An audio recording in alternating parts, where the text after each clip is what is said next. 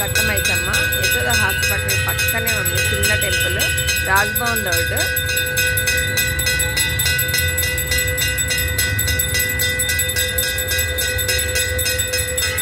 అమ్మవారు బాగా ఫేమస్ అంట, ఇక్కడ ఏదనుకున్నా జరుగుతుంది.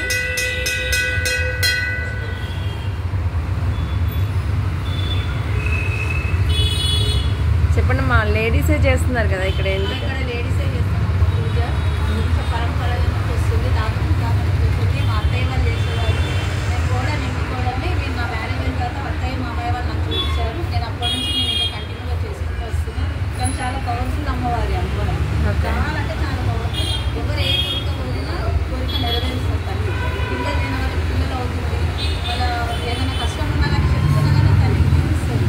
ఒకటి యశోద హాస్పిటల్ ప్రతి పేషెంట్కి చాలా ప్రాబ్లమ్ వల్ల వస్తారు. ఇక్కడ పెట్టిన తర్వాత వాళ్ళు అమ్మని పెట్టి చూసిన తర్వాత అమ్మది బండారు తీసుకొని పెట్టిన తర్వాత పేషెంట్ కూడా మంచిగా ఇక్కడికి వచ్చి అమ్మ దర్శనం చేసుకొని వెళ్తారు. మంచి అన్నదానం కూడా మేము చేస్తుంటాం. అప్పుడప్పుడు అన్నదానాలు కూడా అయితే ఇప్పుడు ఈరోజు అమ్మవారి కళ్యాణం ఉంది, బెల్లంపేట అమ్మవారి కళ్యాణం ఉంది. అక్కడ నీళ్ళు అయితే లేదంటే ఇక్కడ మా దగ్గర మేము అన్నదానం చేస్తున్నాం. ఈ తల్లి దగ్గర అన్నదానం చేస్తున్నాం. అన్నదానం కార్యక్రమం కూడా ఉంది. ఈరోజు 12 గంటలకు అలా మొదలవుతుంది. అమ్మవారికి కళ్ళు పెడుతున్నారు కదా, ప్రసాదం సాకెక్కదమ్మా, యాటలు వస్తారు అమ్మవారికి.